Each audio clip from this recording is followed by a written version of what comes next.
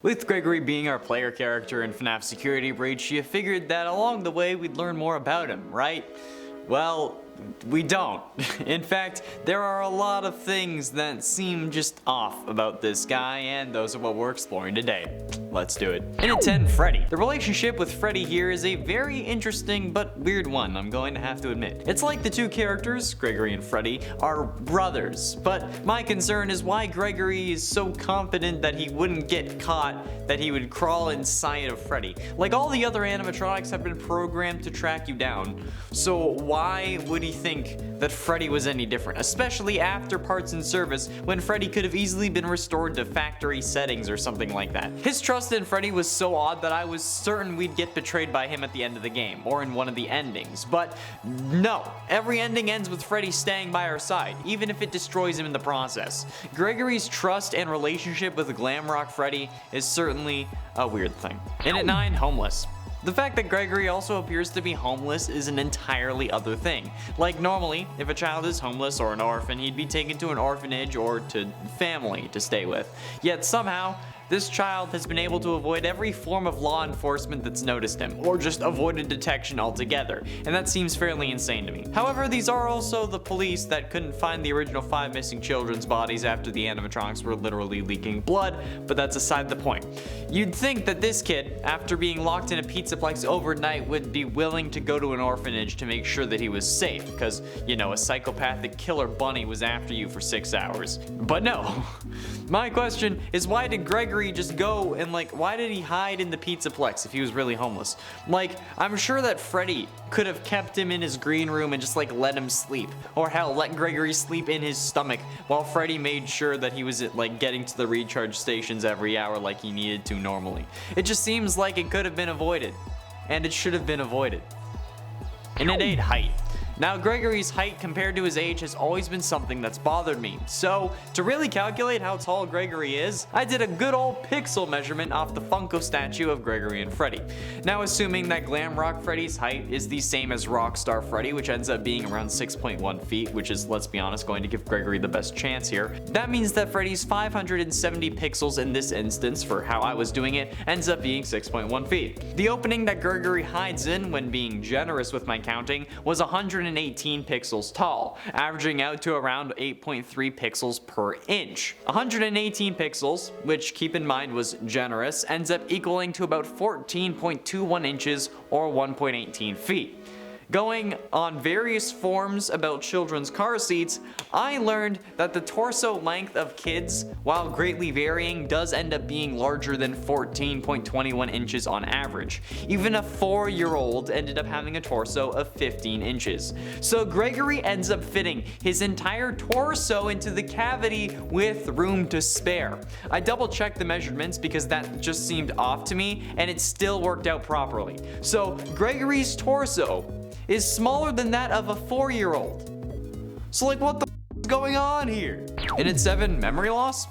For a kid who was more than willing to climb inside Freddy and also get decked out in Fazbear Entertainment merch, he sure seems to forget quite a bit about these animatronics. Gregory, while stumbling on his own name, may not show obvious signs of memory loss.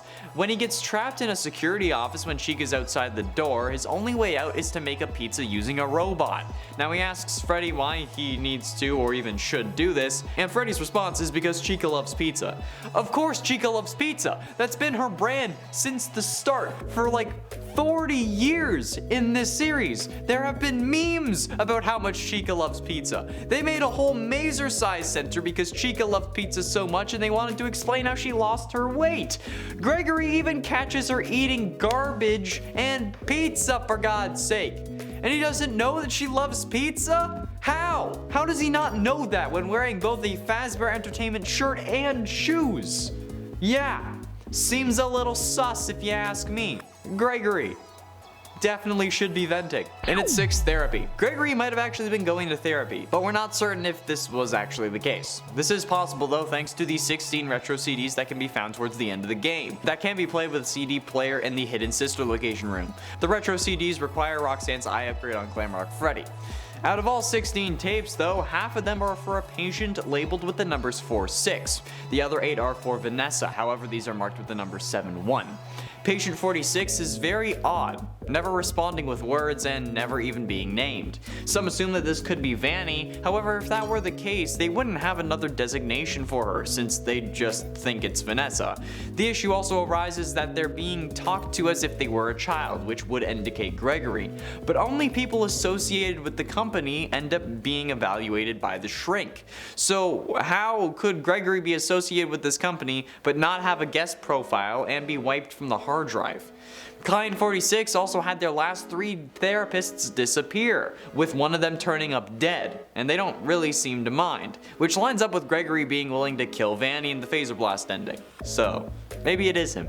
Halfway through into number 5, extreme measures. Speaking of which, Gregory being willing to kill Vanny at the end of the phaser blast room is pretty messed up, especially if this kid is meant to be like 10 or 11, which is what everyone seems to believe. This kid is easily able to destroy all 3 animatronics without a moment's hesitation and then use their upgrades on Freddy. He is willing to kill Vanny, like I said, despite actually seemingly knowing her, like we see in the best ending, and he burns Burn Trap multiple times in an attempt to stop him from taking control over Freddy. So, what the absolute living hell is this kid doing, and how is he so nonchalant about this whole thing?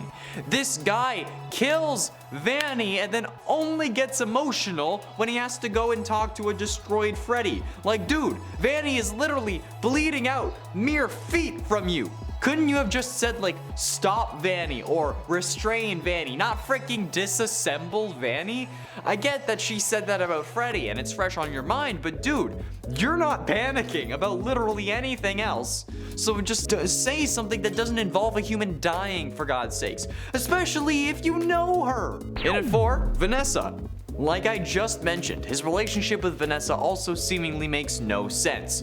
We're willing to kill her in one ending, she kills us in another, but if we free her from William's control, she ends up taking us out for ice cream, and we sit on a hill with Glamrock Freddy's head, no big deal. Like, this lady just spent 6 hours trying to kill you, bro. You think that it would be a little more difficult to just go out and chill with her, even if she did offer you ice cream? Like, would you get into her unmarked van if she offered you ice cream? I doubt it. So, like, why do you think this is a good idea? It seems like they're related, or at least know each other somehow, but no connection prior to this has ever been established. So, like, what the absolute living hell? And Gregory isn't mentioned in Vanessa's therapy sessions, and vice versa. Vanessa isn't mentioned to Gregory in those sessions, if those sessions are for Gregory at least. But even if they are Gregory's, who made him associated with the company? It could have been Vanessa, but wouldn't they have ended up mentioning her odd behavior, or asked Vanessa about her younger brother or foster brother or whatever the hell he is? Exactly. This is King 100% certified weird. Getting close to the end into number 3, potential robot. The possibility that Gregory is a robot is still a thing at the time of recording. So let's talk about the random bits that make Gregory seem more like an animatronic than a human. There's the fact that he's literally smaller than a 4-year-old, however is able to speak full sentences and do literally everything else he does in this game, which seems like he's a rogue robot that's been active for a long time. He can also get all CRT, glitchy-eyed whenever Vanny's around, similar to an effect where you'd hold up a magnet to like one of those old TVs. It's kind of like that. There's Freddy's shock as to how he sees Gregory after getting Roxy's eyes, and there's also the fact that literally nothing else makes sense about him unless he is a robot.